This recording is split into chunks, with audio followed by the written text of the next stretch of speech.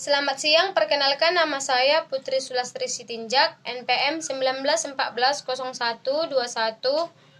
Prodi PGSD 6C.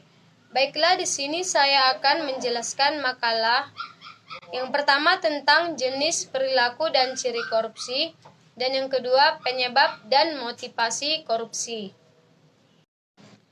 Korupsi merupakan ancaman global di dunia dikarenakan adanya penyalahgunaan kekuasaan oleh pemerintah atau pihak-pihak terkait untuk kepentingan pribadi yang sangat merugikan. Indonesia merupakan negara yang identik dengan tindakan korupsi. Hal ini disebabkan karena buruknya moral para pemimpin bangsa yang melakukan penyimpangan terhadap kepercayaan masyarakat. Tindakan korupsi dirasakan semakin buruk di negara kita, maka dari itu banyak dilakukan upaya-upaya pemberantasan korupsi, tetapi faktanya masih banyak ditemukan para pejabat yang melakukan tindakan tersebut. Korupsi merupakan tindakan yang busuk dan tidak bermoral yang harus dijauhi. Oleh karena itu, saya ingin memberikan penjelasan yang sejelas-jelasnya kepada para pembaca untuk menjauhi tindakan korupsi dan mencegah tindakan korupsi agar tidak dilakukan oleh anak-anak maupun orang dewasa, karena korupsi itu merugikan untuk pribadi maupun bagi negara dan korupsi masyarakat luas. A. Jenis dan perilaku korupsi. Menurut Kamus Besar Bahasa Indonesia, pengertian korupsi adalah penyelewangan atau penyalahgunaan uang negara atau perusahaan, organisasi, yayasan, dan sebagainya untuk keuntungan pribadi atau orang lain. Sementara itu, menurut hukum di Indonesia, pengertian korupsi adalah perbuatan melawan hukum dengan maksud memperkaya diri sendiri atau orang lain, baik perorangan maupun korporasi, yang dapat merugikan keuangan negara maupun masyarakat luas. Jenis dan perilaku korupsi. Yang pertama, korupsi uang negara. Jenis-jenis korupsi yang pertama adalah korupsi uang negara. Jenis perbuatan yang merugikan ini terbagi menjadi dua bagian, yaitu mencari keuntungan dengan cara melawan hukum dan merugikan negara serta menyalahgunakan jabatan untuk mencari keuntungan dan merugikan negara. Yang kedua, korupsi suap-menyuap. Korupsi suap-menyuap yang merupakan tindakan pemberian uang atau menerima uang atau hadiah yang dilakukan oleh pejabat pemerintah untuk melakukan atau tidak melakukan sesuatu yang bertentangan dengan kewajibannya. Yang ketiga, korupsi tindakan pemerasan.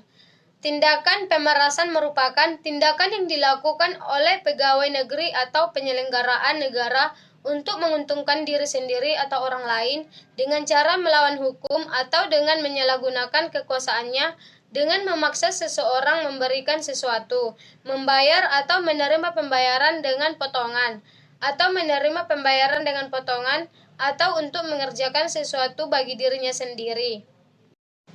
B. Ciri-ciri korupsi. Yang pertama, melibatkan lebih dari satu orang. Setiap perbuatan korupsi tidak mungkin dilakukan sendiri, pasti melibatkan lebih dari satu orang. Bahkan pada perkembangannya seringkali dilakukan secara bersama-sama untuk menyulitkan pengusutan. Yang kedua, serba kerahasiaan. Meski dilakukan bersama-sama, korupsi dilakukan dalam koridor kerahasiaan yang sangat ketat. Masing-masing pihak yang terlibat akan berusaha semaksimal mungkin menutupi apa yang telah dilakukan. Yang ketiga, melibat elemen perizinan dan keuntungan timbal balik. Yang dimaksud dengan elemen perizinan adalah bidang strategis yang dikuasai oleh negara yang menyangkut pengembangan usaha tertentu, misalnya izin mendirikan bangunan, izin perusahaan, dan lain-lain. C. Penyebab dan motivasi korupsi. Penyebab dan motivasi korupsi.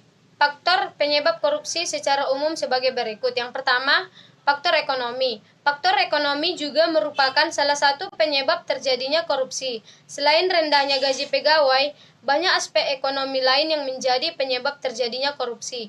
Di antaranya adalah kekuasaan pemerintah yang dibarengi dengan faktor kesempatan bagi pegawai pemerintah untuk memenuhi kekayaan mereka dan kronologinya.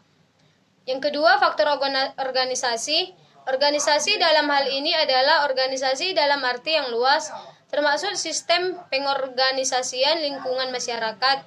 Organisasi yang menjadi korban korupsi atau di mana korupsi terjadi biasanya memberi adil terjadinya korupsi karena membuka peluang atau kesempatan untuk terjadinya korupsi. Faktor penyebab korupsi secara internal sebagai berikut. Yang pertama, sifat tamak atau rakus manusia.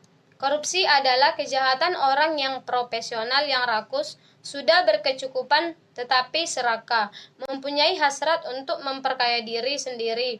Unsur penyebab korupsi pada pelaku semacam itu datang dari dalam diri sendiri, yaitu sifat tamak dan rakus. Yang kedua, moral.